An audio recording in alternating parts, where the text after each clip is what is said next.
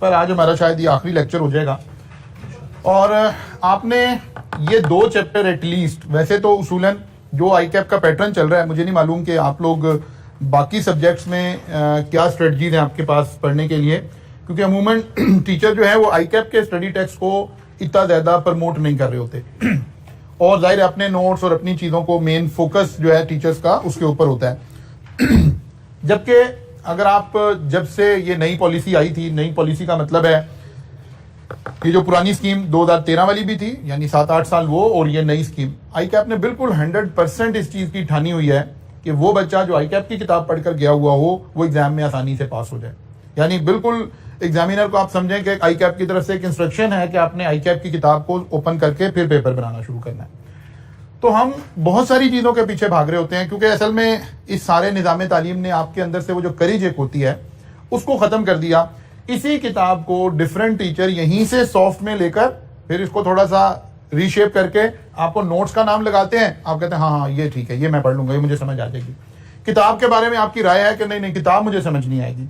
तो एटलीस्ट आपने ये 2 चैप्टर यहाँ से जरूर पढ़ने हैं। मैंने तो अपनी स्लाइड में भी 80-90% एज इट इज किताब से चीज़ों की सिर्फ फॉर्मेटिंग की हुई है। कहीं कोई फिगर ऐड करनी पड़ रही है, कहीं कोई ग्राफ ऐड करना पड़ रहा है, कहीं कोई समरी बनानी पड़ रही है, तो वो एक अलग बात है। अदरवाइज यूज इसको कर रहे हैं बिकॉज पेपर यहां से आना है। तो आपने चैप्टर 7, चैप्टर 8 ये आपने लाजमी ICAP की किताब की रीडिंग कर लेनी है। अच्छा जी, जिक्र हो रहा है हेडिंग नंबर 4 में strategic groups and market segments. आपको पता है इस चैप्टर में चैप्टर 7 पढ़ रहे थे कि कंपेटिटिव फोर्सेस क्या हैं। हमने अपनी इंडस्ट्री के अंदर हमारा कंपटीशन किससे है, हमने अपनी स्ट्रेटजीज किसके मुकाबले में बनानी है, इस टॉपिक के ऊपर सारी की सारी डिस्कशन हो रही है। इसके अंदर ये 2 चीजें और आ गई। वो कहते हैं कि हमें एक काम और करना चाहिए। एक टर्म हम यूज कर रहे हैं स्ट्रेटेजिक ग्रुप्स। वो कहता है कि हमें मार्केट में कंपटीशन का एनालिसिस करने के लिए एक और काम करना चाहिए कि हमें अपनी इंडस्ट्री को स्ट्रेटेजिक ग्रुप्स के अंदर डिवाइड कर लेना चाहिए। यानी फॉन्ट इससे बड़ा होगा नहीं, फिर वो आउट हो जाएगा। आपके पास बुक नहीं है, वहां से बुक से हम उसको साथ साथ देखते जाएंगे, ठीक है ना। तो थोड़ा सा आज हमें गुजारा करना पड़ेगा। अच्छा जी, हमारे पास कोई एक इंडस्ट्री है बड़ी, ठीक है। हम ये समझ रहे हैं जनरली इस कॉन्सेप्ट से पहले, जब तक हम स्ट्रेटेजिक ग्रुप को नहीं समझते, तो हम समझ रहे होते हैं कि सारी इंडस्ट्री के साथ हमारा कंपटीशन है। अगर एक इंडस्ट्री के अंदर 500 कंपेटिटर हैं तो हमारे जहन में ये बात है कि हमारा 500 लोगों से कंपटीशन है।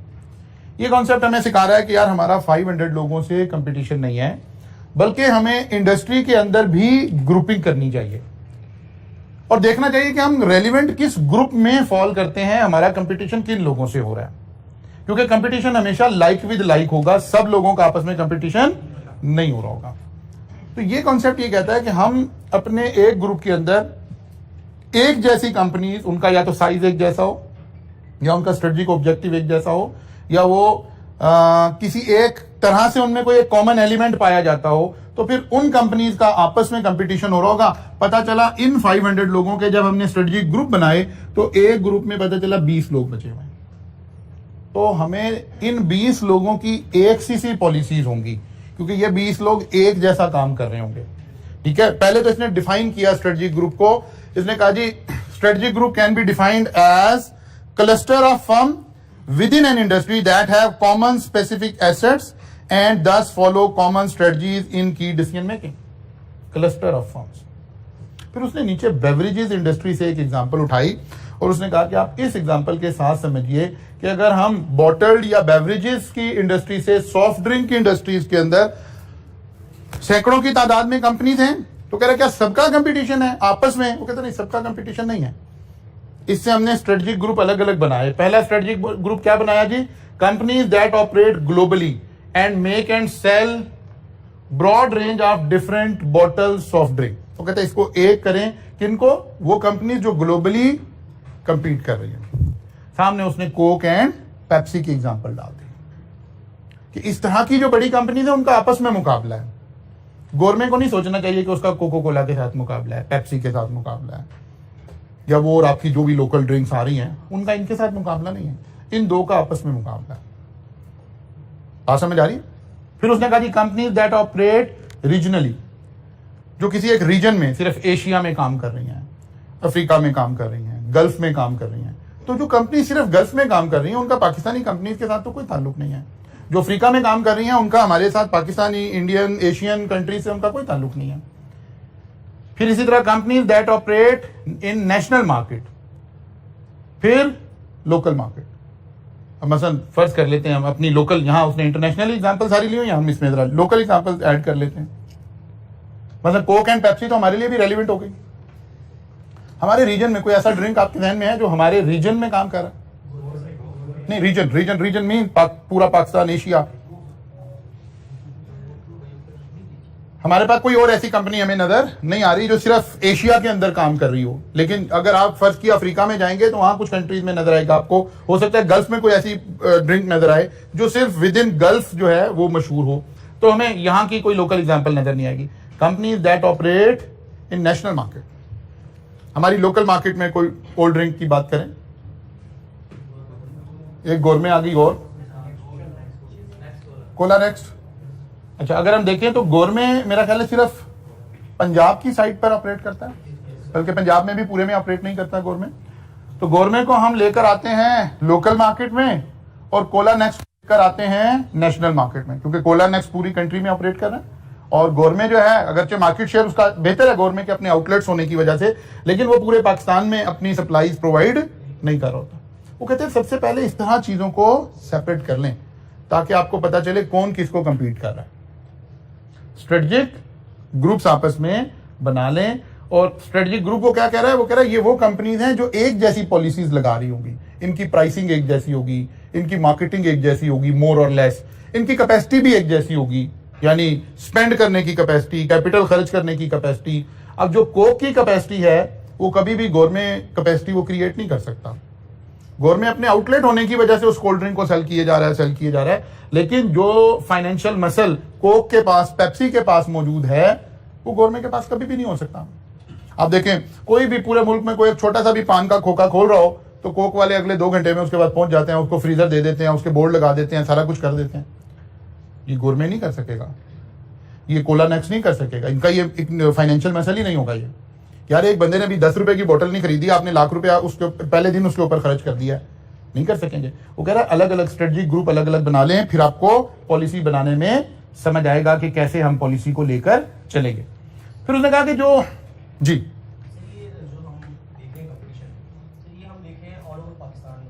जिस मार्केट को हम एनालाइज करना चाह रहे हैं करने लगे, आगे चल के इसके ऊपर आएंगे, अभी आने लगे, उसको हम किसी और एंगल से मार्केट सेगमेंटेशन में अभी इसी आज के लेक्चर में डिस्कस करेंगे। फिर वो कह रहा है कि जैसे मैन्युफैक्चरिंग इंडस्ट्री है तो मैन्युफैक्चरिंग इंडस्ट्री के जो हम स्ट्रेटेजिक ग्रुप बना सकते हैं, या उसने कि इसके बाद उसने एक दूसरी एग्जांपल ली।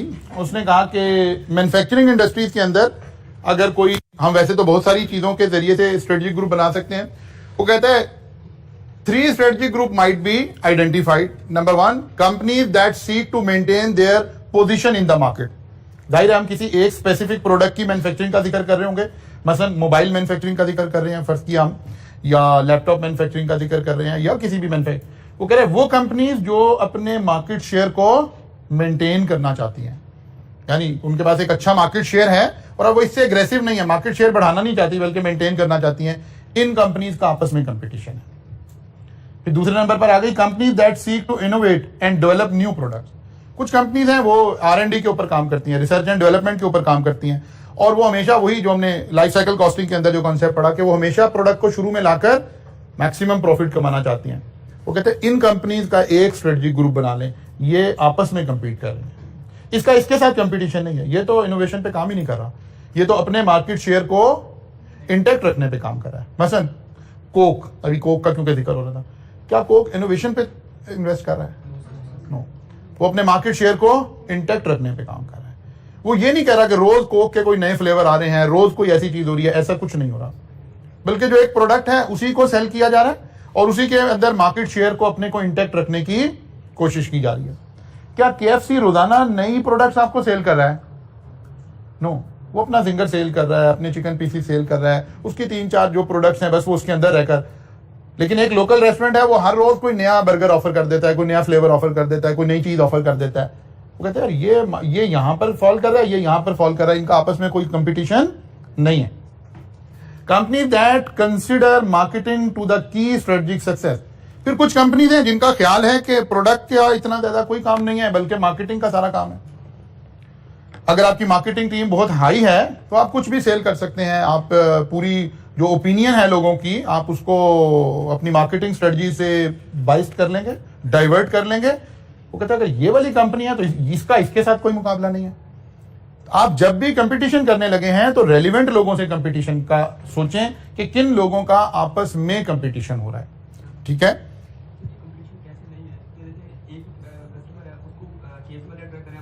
आपने स्ट्रेटजी बनानी है, स्ट्रेटजिक कंपटीशन देखना है। कस्टमर तो जा रहा है कि मेरा कस्टमर उधर जा रहा है, मेरा कस्टमर उधर जा रहा है।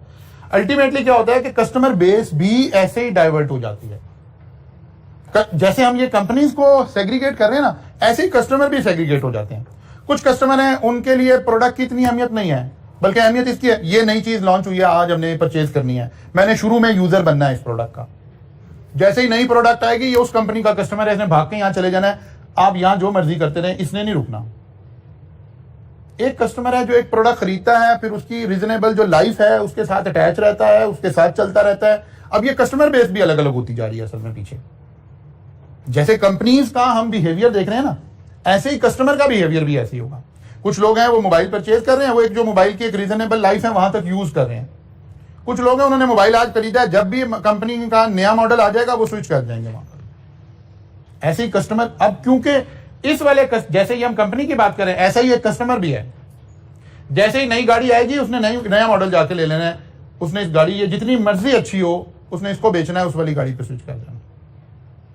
इसलिए कंपटीशन नहीं है। ठीक है ना। अच्छा जी आगे चलते हैं। फिर आपको एक बात और एक definition I, that is strategic space. वो कह रहा है असल में हमने जो बेनिफिट लेना है ना, वो बेनिफिट यहां से लेना है। पहले आपने स्ट्रेटेजिक ग्रुप बनाए, फिर जैसे कल हम देख रहे थे कि हमने दो चीजों के जरिए से, मार्केट शेयर और मार्केट ग्रोथ के जरिए से एक मॉडल बना के बात की। तो स्ट्रेटेजिक स्पेस का जो मॉडल है ना, ये भी यही कहता है कि दो चीजों का एक ग्राफ ड्रा करते हैं, क्वालिटी एंड प्राइस। वो कहता है आप एक काम करें, आप जो प्रोडक्ट्स है ना उनको क्वालिटी, इधर क्वालिटी ले लेते हैं, इधर प्राइस ले लेते हैं। वो कहता है आप प्रोडक्ट्स का ना एक क्या बना लें, स्ट्रेटेजिक ग्रुप बना के एक स्ट्रेटेजिक स्पेस आइडेंटिफाई करें। मसलन मैं आपको समझाने के लिए ऐसे कहता हूं कि यार हम मोबाइल इंडस्ट्री को ऊपर ये थ्योरी लगाकर जरा समझने की कोशिश करते हैं। अब कहते हैं यार मोबाइल आज के दौर में एक ऐसी नीड है कि जो शायद ही कोई अब ऐसे लोग होंगे जिनके पास मोबाइल ना हो, चाहे वो अमीर है चाहे वो गरीब है। हत्ता कि जो सिग्नल पे खड़ा हुआ शख्स आपसे चैरिटी मांग रहा है ना, उसकी जेब में भी दो मोबाइल है। ठीक है ना, क्या कोई भी है, नहीं आईफोन नहीं है, ठीक है ना, लेकिन फोन जरूर है। वो कहता है आप इस टेक्निक से एक ना स्ट्रेटेजिक ग्रुप बनाएं। आप सोचें अच्छा जी स्टार्टिंग मोबाइल कितनी प्राइस से शुरू हो जाता है जी? नहीं और नीचे जाए, मेरे ख्याल जो स्मार्टफोन नहीं होंगे 3500। तो चले हम कहते हैं जी एक मोबाइल की रेंज आई 3000 से लेकर 5000 तक। ये वो फोन है जो स्मार्टफोन नहीं है, let's assume.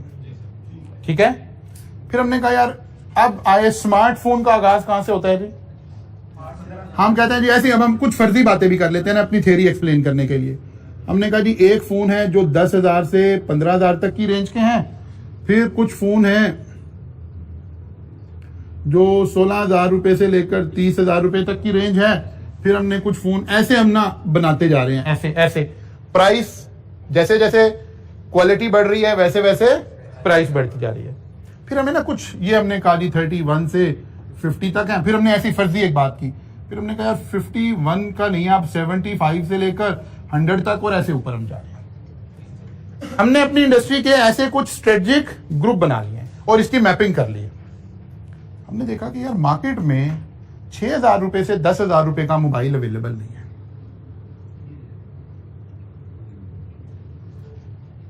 This is a strategic space कि क्या लोग 6,000 का मोबाइल नहीं खरीद। जो बंदा 5,000 वाला है वो चाहता है थोड़ी सी और क्वालिटी बेहतर होती, मैं 1,000-2,000 डालता, थोड़ा इससे बेहतर फोन आ जाता, लेकिन ये मार्केट में अवेलेबल नहीं है। फिर हमें लगा कि यार यहां ये वाला फोन मार्केट में अवेलेबल नहीं है।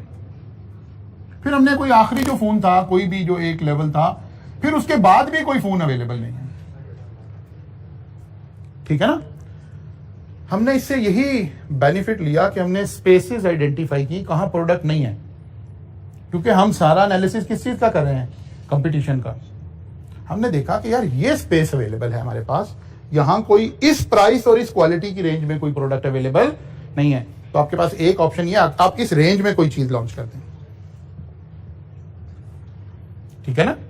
हाँ, वो ये साथ ही तस्लीम करके बैठी है ये थ्योरी कि प्राइस और क्वालिटी का बड़ा स्ट्रॉन्ग रिलेशन है, ठीक है ना। आप प्राइस के साथ ही क्वालिटी दे पाएंगे, लेकिन अगर आप कोई बड़ी एग्रेसिव अप्रोच लगाना चाहते हैं तो फिर वो साथ ही अगली पिक्चर में दिखाएगा। तो फिर आप ये भी कर सकते हैं, एक ऑप्शन ये भी हो सकती है कि मैं कहूं यार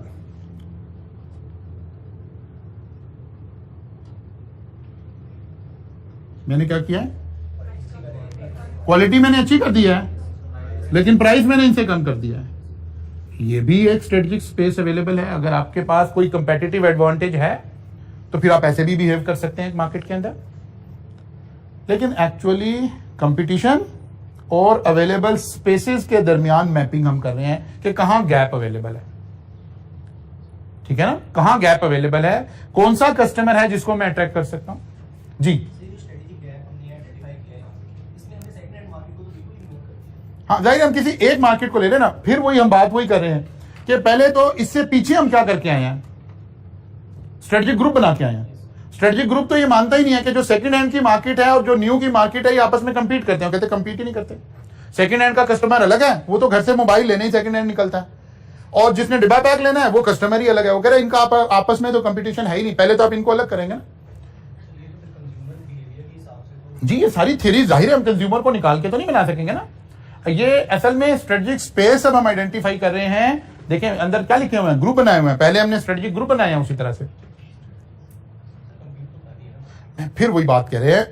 एक शख्स ये थ्योरी ये कह रही है, इससे पिछली थ्योरी ये कह रही है कि आप ये अज्यूम करना बंद कर दें कि दुनिया के सारे लोगों के साथ मेरा मुकाबला है। सारों के साथ आपका मुकाबला नहीं है आपका। अच्छा इसको ऐसे कर लें, जरा कॉन्सेप्ट लेने के लिए कॉन्सेप्ट को थोड़ा डिल्यूट कर लें। वो कह रहा है जी आप ऐसे कर लें अपने समझाने के लिए, जहन आपका मान जाए ताकि इस बात को कि हमारा मुकाबला तो सबके साथ है, लेकिन असल मुकाबला अपने स्ट्रेटेजिक ग्रुप में। बज़ाहिर कंपटीशन तो है हमारा, लेकिन जो रियल कंपटीशन है वो अपने स्ट्रेटेजिक ग्रुप के अंदर है। अब टीचिंग की मार्केट को उठाकर देख लें, हर कॉलेज एग्जिस्ट कर रहा है, अपनी प्राइस के साथ एग्जिस्ट कर रहा है। कुछ लोग पेपर को महंगा सेल कर रहे होंगे, वो कहेंगे यार हम इस लेवल के लोगों को अट्रैक्ट कर रहे हैं, बस ठीक है ये खरीदेंगे। कुछ उससे नीचे, कुछ उससे नीचे, कुछ उससे नीचे, कुछ उससे नीचे, हर तरह की मार्केट है। अब आप उसी मार्केट को टारगेट कर रहे हैं और वही मार्केट आपके पास रह जाएगी अल्टीमेटली। जो आईफोन का यूजर है ना, या जो आईफोन कंपनी है, वो ये नहीं कंसिडर कर रही है कि ओप्पो किस रेट पर आ गया है। वो कहते ओप्पो के साथ हमारा कंपटीशन नहीं है, हमारा स्ट्रेटेजिक ग्रुप अलग है, हमने अपने ग्रुप के अंदर देखना है। अगर उस ग्रुप में कोई ऐड हो रहा है, उस कंपटीशन को हम इवैल्यूएट करेंगे। उस ग्रुप से नीचे वाला ग्रुप में जितने मर्जी मोबाइल आ रहे हैं, बधाई, तो आपको फिर यही लगेगा कि नहीं सर कंपटीशन तो है। वो कहते हैं कंपटीशन होगा लेकिन रियल कंपटीशन नहीं है। आपका असल कंपटीशन अपने ग्रुप के अंदर है, ठीक है ना। मसलन आप ऑटोमोबाइल्स की बात कर लें, गाड़ियों का कंपटीशन आपस में चल रहा होगा, आपको ग्रुप बनाने पड़ेंगे, ठीक है ना। आपको ग्रुप बनाने पड़ेंगे कि कौन सी गाड़ी का किसके साथ कंपटीशन है। फिर गाड़ियां अपने ग्रुप में कंपीट कर रही होंगी, अपनी कैटेगरी में कंपीट कर रही होंगी, ठीक है ना। ये बात हो रही है जी। चलें आगे। तो आपने सबसे पहले ग्रुप में स्पेस आइडेंटिफाई की, ग्रुप बने हुए थे, स्पेस आइडेंटिफाई की। अब आप उस स्पेस को फिल करने के लिए स्ट्रेटजी बनाए। यार यहां ये स्पेस अवेलेबल है, ठीक है। किया ने अपनी गाड़ी लॉन्च की, उसने देखा यार अब बेस लाइन इन गाड़ियों की जो प्राइस है ना ये 6 मिलियन आ गई है। लेकिन उसने देखा कि यार हमारे कल्चर में भी चेंज आ रही है, लोग सिविक से निकल के किया साइड पे किस पे जाना चाह रहे हैं, एसयूवी पे जाना चाह रहे हैं, ठीक है ना। आसान कर देते हैं, जीप टाइप स्टाइल की गाड़ियों में, जो थोड़ी हाइट वाली एसयूवी जिसको बोलते हैं। तो ये कल्चर चेंज हो रहा है। किया ने फिर दोबारा एनालिसिस किया क्योंकि यार 6 मिलियन की तो मैंने मार्केट कैप्चर कर ली है, यहां मेरा कंपटीशन किन गाड़ियों के साथ चल रहा है, एमजी के साथ चल रहा है, हुंडई के साथ चल रहा है, किया खुद आ गई है, कोई और 1-2 कंपनीज आपको चाइनीज नजर आती हैं। ये 4-5-6 कंपनीज हैं जिनका आपस में कंपटीशन है। जिसने स्विफ्ट खरीदनी है उसका किया के साथ कोई कंपटीशन नहीं।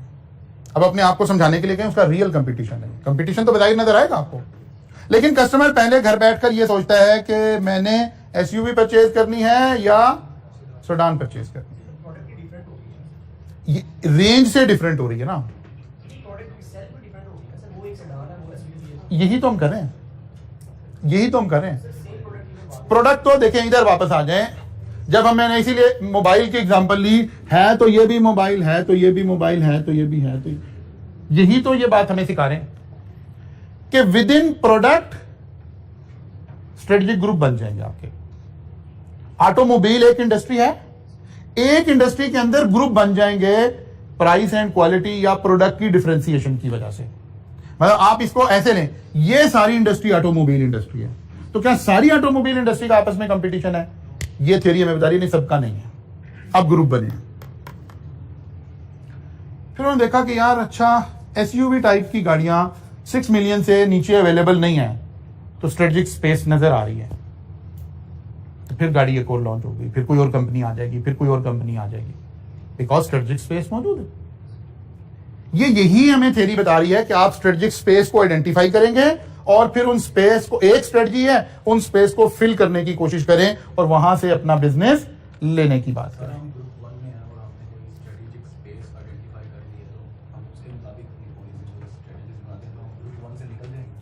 अगर तो ग्रुप 1 की प्रोडक्ट को छोड़कर सिर्फ वहां चले जाएंगे तो ऑब्वियसली ग्रुप 1 से निकल जाएंगे। एक है कि किया ने अपनी स्पोर्टेज को भी रखा और वो जो नीचे गाड़ी दी, क्या था नाम था उसका, स्टोनिक, वो भी दे दी। इसका मतलब है आप ग्रुप ए में भी फॉल कर रहे हैं और स्ट्रेटेजिक स्पेस देके आपने अगले ग्रुप के अंदर भी आप आ गए। इसीलिए आप देखें कि आप जब जरा आज मार्केट में जाके, या बल्कि मार्केट में क्या जाना है, ऑनलाइन बैठकर जरा देखें, हर कंपनी ने इतने सारे मॉडल क्यों लॉन्च किए हुए हैं। सैमसंग का मोबाइल आपको स्टार्टिंग बेस लेवल कितने का मिल जाएगा जी? 7-8 हजार 9-10 हजार से शुरू हो जाएगा और चलते चलते चलते चलते 2.5 लाख 3 लाख तक भी चला जाएगा। एक ही कंपनी है, क्यों बना रही है ये चीजें? वो हर ग्रुप में अपना बिजनेस कर रही है भाई, हर ग्रुप के कस्टमर को वो लेना चाहते हैं। अब आप एक नई कंपनी है, एक नई या एक एग्जिस्टिंग देख रहे हैं, यार अच्छा मैं या तो किसी ग्रुप में जाके घुसूं या पहले मैं कोई स्ट्रेटेजिक स्पेस देखूं कि कहां स्पेस अवेलेबल है, कौन सी चीज है जो मार्केट में इस वक्त ऑफर हो नहीं रही है, व्हाई नॉट मैं वहां बिजनेस शुरू कर लूं एक मरतबा, तो हमें ये बेनिफिट भी इससे हो जाएगा। फिर थोड़ा और आगे चलें, ये वो वाली बात आ गई जो मैंने आपसे दूसरी बात की थी कि इन दो ग्रुप को मर्ज करके एक शख्स ने एक नई स्ट्रेटेजिक स्पेस जो है वो क्रिएट की और उसने कहा कि ठीक है हम क्वालिटी ये वाली प्रोवाइड करेंगे लेकिन प्राइस नीचे चार्ज करेंगे, लेकिन इसके लिए बड़ा ये एग्रेसिव स्ट्रेटजी है, ये नॉर्मल वाली स्ट्रेटजी है, ये नॉर्मल वाली स्ट्रेटजी है। नहीं, वो देखना पड़ेगा ना, ये वाली स्ट्रेटजी बनाने से पहले इस बंदे को क्या एनालिसिस करना पड़ेगा, अपनी कंपेटिटिवनेस को देखना पड़ेगा कि क्या मेरे पास एक ऐसा खुलिया है जिसकी वजह से मैं ये अचीव कर पाऊंगा, कोई कंपेटिटिव एडवांटेज है, किसी वजह से कॉस्ट इसकी रिड्यूस है, तो फिर वो ऐसा कर पाएगा। और ऐसा करने के लिए भी जरूरी है किसी वजह से आप लीड कर रहे हो, मतलब एक कंपनी है वो लॉन्च करती है अपना मोबाइल, वो कहते हैं एप्पल से भी महंगा होगा हमारा मोबाइल, अब ये भी तो एक स्ट्रेटेजिक स्पेस अवेलेबल है ना। अच्छा, कुछ लोग, कुछ कंपनीज जो ये हाई एंड लोग हैं, जाहिर है उन लोगों की जो नीड्स हैं उनको भी तो किसी ने पूरा करना है ना। मलक रियाज ने भी तो फोन यूज करना है ना, अब मलक रियाज भी अगर आईफोन यूज कर रहा है तो फायदा क्या हुआ। अब कुछ कंपनीज इसको ऑफर करेंगे कि नहीं नहीं यार हम आपको इस फोन को, होगा वो आईफोन ही, लेकिन इसमें ये एडिशनल फीचर डाल देंगे, फीचर इन टर्म्स ऑफ कि जनाब इसे गोल्ड प्लेटेड कर देंगे। और जब तक ये बटन वाले फोन आ रहे थे ना, जब तक कीपैड फोन आ रहे थे तो वो डायमंड के लगे हुए आ रहे थे, बाकी लोगों के लिए वो डायमंड तक की बात चल रही थी। तो ये वाली जगह भी मौजूद है कि इससे ऊपर की भी, आईफोन से ऊपर भी तो लोग होंगे ना जो खरीदने के लिए तैयार हैं, और इस वक्त स्ट्रेटेजिक स्पेस अवेलेबल है कि वहां उससे फर्दर आगे कोई नहीं है। इसी तरह आखिरी लेवल की जो गाड़ी होगी उससे आगे की स्ट्रेटेजिक स्पेस मौजूद होगी। हर चीज का जो आखिर है उससे ऊपर की स्ट्रेटेजिक स्पेस भी मौजूद है, उससे नीचे की भी मौजूद है, लेकिन उससे ऊपर आने के लिए बहुत ज्यादा दिल गुर्दा चाहिए। जाहिर है लोग अगर ये प्राइस खर्चेंगे तो फिर आपका ब्रांड भी उतना होना चाहिए, क्वालिटी भी उतनी होनी चाहिए। फिर आगे चले जी, वो कह रहा है एक और तरीका आपके पास है, आप प्रोडक्ट डिफरेंशिएशन क्रिएट कर लें। किस तरह से? या तो प्रोडक्ट का डिजाइन चेंज कर दें, या प्राइसिंग चेंज कर दें, या ब्रांड, अपनी ब्रांडिंग ऐसे कर दें कि आप प्रोडक्ट की डिफरेंशिएशन क्रिएट कर लें। प्रोडक्ट डिफरेंशिएशन का हमेशा फायदा ये होता है कंपटीशन रिड्यूस हो जाता है। आप कभी इस बात को, ये भी हमारे अल्लाह ताला ने हमारे जीन्स के अंदर ये स्ट्रेटजीज बना रखी हैं, और एक बिल्कुल एक आम सा इंसान भी ये, उसे ये नाम नहीं पता, लेकिन वो ये काम करता हुआ नजर आएगा। मसलन आप किसी भी मार्केट में चले जाएं, लाइक आप शर्ट लेने के लिए चले जाएं, फैब्रिक परचेज करने के लिए चले जाएं, और किसी ऐसी मार्केट में जहां 8, 10, 12 लोग या 50, 100 दुकानें एक ही जगह पर मौजूद हैं, तो हर एक ने कोशिश की होगी कि जो फैब्रिक उसके पास है ना, बल्कि आपस में डिसाइड कर रखा है कि यार सेम फैब्रिक नहीं रखेंगे, ताकि क्या रहे, प्रोडक्ट डिफरेंशिएशन रहे। बिल्कुल 100% सेम फैब्रिक सब लोगों के पास नहीं पड़ा हुआ होगा, आ रहा होगा, सब इंपोर्ट ही कर रहे होंगे, चाइना से आ रहा होगा, कहीं से आ रहा होगा, लेकिन बिल्कुल 2-7 दुकानदार बैठे ना, वो सेम कलर सेम कंपनी का फैब्रिक नहीं रख के बैठे होंगे, ताकि प्रोडक्ट डिफरेंशिएशन के जरिए से कायल कर सकें लोगों को, और थोड़ा सा मार्केट का कंपटीशन क्या फील हो, रिड्यूस फील हो। नहीं, प्रोडक्ट डिफरेंशिएशन का असल ताल्लुक तो यह है कि आप क्या करें, आप कंपनी में अपनी प्रोडक्ट में डिफरेंशिएशन क्रिएट कर लें, अपने डिजाइन की मदद से, अपनी प्राइसिंग की मदद से, अपनी ब्रांडिंग की मदद से, कोई आफ्टर सेल की मदद से कोई एक डिफरेंशिएशन क्रिएट कर ले। मसलन एक मोबाइल लॉन्च हो, वो कहे जी हम 2 साल की वारंटी दे रहे हैं, सब लोग 1 साल की वारंटी देते हैं, तो प्रोडक्ट डिफरेंशिएशन क्रिएट होगी। एक कॉलेज कहे कि जनाब आप हमारे पास पढ़े, खुदा ना खास्ता फेल हो गए तो रीटेक फ्री है। अब अगर सब लोग रीटेक फ्री नहीं दे रहे, तो उसने ये क्या स्ट्रेटजी लगाई, प्रोडक्ट डिफरेंशिएशन लगा दी है, ठीक है। या वो कहता है जी वो जब हम पढ़ा करते थे, ये कभी पुरानी बात हो गई, कैप्स जो कॉलेज है, इन सर का, नवीद साहब का घर हुआ करता था मॉडल टाउन लिंक रोड के ऊपर, तो नीचे इनकी रिहाइश थी, ऊपर एक छोटा सा 2-3 रूम थे, वो फाइनल वहां पढ़ाते थे ये। तो उस वक्त ऐसे ही पढ़ाते थे, मतलब लोगों को तालीम, इतना बिजनेस नहीं बना हुआ था जिस तरह मेरे जैसे गुनाहगारों ने आके इसे बना दिया, तो जरा कम बिजनेस था। तो नवीद साहब का नारा ये था कि आप एक दफा फीस देंगे, और फाइनल की क्लासेस पढ़ाते थे वो, तो जब तक पास नहीं हो जाएंगे बस यही एक फीस है, टिल क्वालिफिकेशन आपने एक दफा फीस देनी है, खुदा ना खास्ता आप दोबारा ले रहे हैं रीटेक, तो वो आप फ्री है, फिर कभी दोबारा फीस नहीं लेना। हमारी अटेम्प्ट एक ऐसी बड़ी अजीब अटेम्प्ट थी, फाइनल की जो पहली अटेम्प्ट थी, P1 जिसको बोलते थे। जब आर्टिकल शुरू हुए, जैसे अब आपके आर्टिकल आजकल जब शुरू होंगे, तो आजकल एग्जाम हो रहे हैं जून के अंदर, जून और दिसंबर में, तो वो जो 1 ईयर पूरा होना है वो मई के अंदर पूरा होना चाहिए। अच्छा, हमारे वाले टाइम पे उस वक्त मई और नवंबर में एग्जाम होते थे। अब हमें पता नहीं था, कोई ज़ाहिर इमीडिएट फैमिली में चार्टर्ड अकाउंटेंट नहीं था। मेरी आर्टिकल शुरू हुई 21 या 22 मई को, और उस वक्त रूल ये था कि फाइनल का एग्जाम आता था 2.5 साल के बाद। तो अब मई में, क्योंकि मेरी आर्टिकल मई में थी, तो 1 मई से पहले टाइम पूरा होना चाहिए था। इसका मतलब है मेरी अटेम्प्ट बननी थी 3 साल के बाद, जाहिर है वो टाइम में नहीं मैंने आना था। अब 1 साल हम सब ऐसे ही होता था कि 1 साल गुजार देते थे, आराम से पढ़ना नहीं शुरू करते थे, आर्टिकल पे तवज्जो देते थे, फिर 1 साल के बाद पढ़ना शुरू करते थे। वो हमने साल भी से भी ज़्यादा, थोड़ा क्योंकि मेरा टाइम ज़्यादा बन रहा था, तो शुरू किया पढ़ना जब आराम से, अपनी तरफ से बड़ा पहले शुरू कर दिया कि जी जनाब ज़बरदस्त काम हो जाएगा। तो मकबूल साहब के पास हमने स्कैंस का एक कैंपस होता था उधर MM आलम रोड पे, डिप्लेक्स की बैक पे, तो वहाँ पर वो क्लासेस होती थी शाम को। अभी कुछ 10-12 दिन 15 दिन क्लासेस शुरू हुए, तो पता चला ICAP ने जो अटेम्प्ट है ना वो चेंज कर दिया है, मई की बजाय जून में चली गई है। तो इसका मतलब है जो पेपर है वो 6 महीने मेरे पीछे आ गए। मैंने कहा अच्छा ये काम खराब हो गया, हम तो आराम से बैठे रहे। अच्छा, वैसे मुझे बड़ा अफसोस था कि काश मुझे पता होता मेरी अटेम्प्ट क्यों लेट बन रही है, तो मुझे खुशी भी हुई कि यार अच्छा चलो ये तो काम ठीक हो गया, अल्लाह ने दुआ सुन ली। 2 दिन बाद फिर गए तो मकबूल साहब, उन दिनों मेरे ख्याल शायद कौंसिल मेंबर थे, उन्होंने कहा जी आप सबको मुबारक हो कि आपकी जो अटेम्प्ट है ना वो 2.5 साल की बजाय आप 2 साल के बाद दे सकते हैं। पता चला 6 महीने और पीछे आ गए। तो इन 2 अमेंडमेंट 1 हफ्ते के अंदर आने से जो कमिंग अटेम्प्ट थी वो मेरी अटेम्प्ट बन गई। यार ये क्या हुआ, मर गए। अच्छा, मकबूल साहब तो पढ़ाते हैं ज़रा तेज़ थोड़ा, तो वो इतना हम उसे आर्टिकल के साथ हमें समझ भी नहीं आ रही थी। मैं और राहील मेरे साथ एक चार्टर्ड अकाउंटेंट, अब दोनों ही क्वालिफाइड हैं। तो खैर वो हमने डिसाइड किया कि यार यहाँ की क्लासेस से तो हम ना पास नहीं हो सकते, तो समझ ही कुछ नहीं आ रही।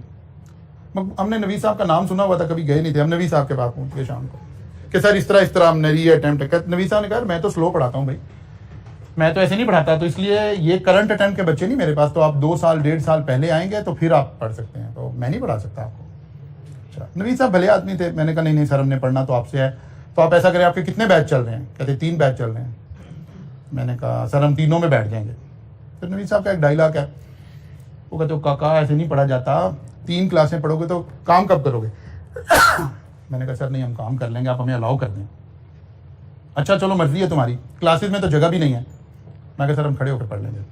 तो कहते अच्छा ठीक है आ जाओ। अब हम जाना शुरू हो गए, ना कोई फीस ना कोई लेनी ना कोई देनी। वो 2-3 दिन बाद एक उनका, बस वो टोटल कॉलेज यही होता था ना कि नवीद साहब की शख्सियत और एक उनका मुलाजिम था मुर्तदा। अब वो बस ये टोटल सेटअप ही है, क्योंकि अभी तो वो तो बिजनेस के तौर पे थोड़ा चल रहे थे काम। टोटल कॉलेज ही है। 2-3 दिन 5 दिन के बाद उस मुर्तदा ने कहा कि फीस, मैंने कहा कितनी फीस देनी है? कहता मैं कल उस वक्त शायद 8-10 हज़ार रुपये फीस होगी। तो कहता कि सर ने कहा है कि तुम लोग क्योंकि इस अटेम्प्ट में आ रहे हो तो तुम आधी फीस दे दो। अच्छा ठीक है जी। अगले दिन हमने पैसे दे दिए। अब हमने हाफ फीस दी, अगर 8,000 थी तो 4 दी हुई, 10 थी तो 5 दी हुई। तो रिजल्ट आया, पेपर हो गए, अगस्त में रिजल्ट आया, पास हो गए हम दोनों। तो वो अच्छा, अब अगस्त का मौसम, हमने ना आमों की पेटियां बनाई और हम सर के पास पहुंच गए रात को। ऐसे पास होके जाते हैं टीचर के पास। तो बात समझ आ रही है ना? तो अब हम सर के पास पहुंचे शाम को, तो सर का मुझे आज तक वो डायलॉग याद है, कहते हो काका तू आधी फीस में ही पास हो गया। तो वो सर ने उस वक्त ही कहा था कि आधी इस दफा दे दो, अगर जरूरत पड़ेगी तो आधी अगली दफा दे देना। तो हम उसी दफा में पास हो गए। तो वो कहते यार तुम आधी फीस में ही पास हो गए। तो कहने का मतलब ये है कि जब एजुकेशन इतना वो नहीं था ना, जब तो कल्चर और था, नॉर्म्स और थे, अब तो सारा कुछ और हो गया। अच्छा जी, तो प्रोडक्ट डिफरेंशिएशन, अब आज हम प्रोडक्ट में डिफरेंशिएशन क्रिएट कर सकते हैं, रीटेक फ्री देके, कोई और चीज फ्री देके। कोई बंदा कहता है कि अच्छा जी आप मेरी फिजिकल क्लासेस में आए, ऑनलाइन आपको फ्री मिलेगी। ये आप क्या कर रहे हैं? प्रोडक्ट डिफरेंशिएशन क्रिएट कर रहे हैं, ठीक है ना? आप ऐसे भी अपना ये काम कर सकते हैं। फिर आ गया, वो कहते हैं जी एक और टेक्निक आपके पास है, आप मार्केट सेगमेंटेशन कर लें। आप बजाय इसके कि सारे लोगों से लड़ें, आप अपनी मार्केट की सेगमेंटेशन कर लें। आप किसी एक एरिया को सोचें कि मैं इस एरिया में काम करूंगा और यहां मुझे ये स्ट्रेटेजिक बेनिफिट हासिल है। मसलन हमारी जो ये मिनरल वाटर की, पानी की, ड्रिंकिंग वाटर की जो इंडस्ट्री है, अब उसके अंदर बड़े बड़े नाम आ गए, नेस्ले आ गए, एक्वाफिना आ गया, ये तो बड़े बड़े ब्रांड आ गए। इसके बाद छोटे ब्रांड आ गए, लोकल छोटे छोटे प्लांट आ गए। तो पहला वो स्ट्रेटेजिक ग्रुप तो मैं समझा रहा है कि आपका उनके साथ उस तरह कंपटीशन नहीं है कि आपने एक वाटर शॉप बनाई है छोटी सी किसी एक इलाके में और आप सोच रहे हो जी मेरा नेस्ले के साथ कंपटीशन होगा। तो भाई कोई कंपटीशन नहीं है आपका, नेस्ले के साथ नहीं है आपका, अपनी जैसे जो छोटी छोटी वाटर शॉप्स हैं उनके साथ कंपटीशन है। ये वाला कॉन्सेप्ट ये कहता है कि अगर फर्ज किया ये शख्स, फर्ज किया यहाँ गार्डन टाउन में बैठा हुआ है ये शख्स, इसको चाहिए कि अपनी मार्केट सेगमेंटेशन करे, इतना एरिया आइडेंटिफाई करे जिसके अंदर जो ये सर्विस प्रोवाइड कर सकता है वो कोई भी नहीं कर सकता, बिकॉज इसका तो प्लांट ही यही है। इधर घर से कॉल है कि यार पानी खत्म हो गया, ये 5 मिनट बाद पानी वहां पे ड्रॉप कर दे, तो ये नेस्ले पे भी ऐसी तैसी भेज देगा यहाँ पर। अगर इसकी क्वालिटी रीजनेबल होगी तो नेस्ले तो कहेगा जी हफ्ते में 1 दफा डिलीवरी आएगी, और ये कहेगा जी आप कॉल करें 5 मिनट बाद आपको हम डिलीवर कर देंगे। तो वो कहता है कि एक तरीका ये हो सकता है कंपटीशन को कम करने के लिए, ताकि बाकी लोग आउट हों, आप अपनी सेगमेंटेशन कर ले मार्केट की, और उस मार्केट सेगमेंटेशन में आप सोचें कि किस बुनियाद पर आप वो सेगमेंटेशन कर सकते हैं। फिर यहां वो कुछ आइडिया बता रहे हैं आपको कि मार्केट को सेगमेंट करने के लिए हमारे पास डिफरेंट जो है ना वो हो सकती हैं, ऑप्शन हो सकती हैं। मसलन ज्योग्राफिकल एरिया हमारी हो सकता है जो अभी हम बात कर रहे थे, या आपकी क्वालिटी या परफॉर्मेंस आफ्टर सेल क्वालिटी, इसकी बेस पर कर दे। कोई फंक्शन है, कोई एज की बेस पर, किसी भी बेस पर आप मार्केट सेगमेंटेशन कर दें कि यार हम फलां लोगों को सिर्फ जो है ना हैंडल करते हैं। यहां उसने फिर एक एग्जांपल दी कि उसने कहा यार एक बंदे ने क्या किया, मार्केट सेगमेंटेशन क्रिएट कर ली। कैसे? यहीं पर आ ये वाली जब आप बात पढ़ेंगे, यहां उसने मार्केट सेगमेंटेशन का कॉन्सेप्ट दिया कि आपने मार्केट को सेगमेंट कर दिया मेल फीमेल के दरमियान। ये हम पहले भी चैप्टर्स के अंदर पढ़ कर आए। फिर आपने कहा कि जी नहीं, मेल फीमेल तो एक हो सकती है, और दूसरी सेगमेंटेशन क्या हो सकती है, कोई एज ग्रुप, ये चिल्ड्रन के लिए है, ये एडल्ट्स के लिए है, ये उससे बड़ी एज के लिए है। फिर आप डिफरेंट, वो लोग जो मैरिड हैं इनका एक ग्रुप आपने बना लिया, या मैरिड में वो लोग जो सिंगल हैं और वो लोग जिनके बच्चे हैं, फिर जिनके बच्चे छोटे हैं, जिनके बच्चे दरमियान हैं, जिनके बच्चे बड़े हो गए। ये सब अलग अलग सेगमेंट है ना। आपने डिसाइड करना है आप कौन से सेगमेंट के साथ डील कर रहे हैं। मैंने पहले भी आपसे कहा था कि मैकडोनल्ड की पॉलिसी जो स्टेटेड उनका स्ट्रेटेजिक डिसीजन है वो ये है, उनका ख्याल है कि McDonald is a place for children, kids. वो कहते बाकी जो कुछ हम बेच रहे हैं ये हमारा फोकस पॉइंट ये नहीं है। मैकडोनल्ड से बच्चों को खुद जाना चाहिए, बड़े नाराज जाते हैं, जाते रहे, कोई फर्क नहीं पड़ता। उन्होंने मार्केट सेगमेंटेशन अपना टारगेट वो रखा है, सब सबको कर रहे हैं लेकिन टारगेट वो है कि बच्चे खुश जाने चाहिए। अगरचे शहबाज शरीफ ने बच्चों की खुशी भी आदी कर दी है, मैकडोनल्ड ने अपनी फ्राइज जो हैं वो बंद कर दी हैं, ठीक है ना, वो अब लोकल फ्राइज देना शुरू हो गए हैं बिकॉज इंपोर्ट बैन होने की वजह से। अच्छा जी, हमारा चैप्टर 7 जो है वो कंप्लीट हो गया है। आपने एक दफा किताब से इसको रीड करना है सारे का सारा, ठीक है ना। भले स्लाइड नोट्स भी थे हमारे पास, सारा कुछ था, लेकिन एक मरतबा आपने इस सारे को बुक रीडिंग जरूर करनी है जी। टर्म टेस्ट में मेरा सिलेबस भी होगा। एक तो वही हमारा पिछले वाला सारा एरिया होगा। आपका टर्म टेस्ट फ्राइडे को है ना, और चैप्टर 7 में से हमने जो चीजें अर्ली पढ़ी हैं, वैसे तो मेरा ख्याल है आज तक का भी हम शामिल कर सकते हैं, क्या ख्याल है? आज तक का सारा कर लेते हैं। Basically porter 5 forces, BCG matrix और लाइफ साइकिल कॉस्टिंग, ये मेन एरिया है इस उस सारे उसका। पेस्टल तो है ही ना, तो पहले 5 चैप्टर तो नाम ही पेस्टल का है ना। अच्छा, दूसरा सर अदनान ने रिक्वेस्ट की हुई है कि उन्हें एक आधी क्लास एक्स्ट्रा दे दी जाए, तो तो इसलिए कल क्लास सर अदनान लेंगे। वो उन्हें लग रहा है कि उनका कोर्स थोड़ा सा पीछे है, तो कोई एक आधी क्लास हम इस तरह से वक्तन फवक्तन उन्हें दे देंगे, क्योंकि हमारा चैप्टर खत्म हो रहा है, फिर हम अपना चैप्टर 8 का आगाज अगले वीक में कर लेंगे, ठीक है। तो कल सर अदनान की क्लास कंटिन्यू रहेगी, कल मुलाकात होगी इंशाल्लाह। यहाँ से आगे चलेंगे, ले आइए।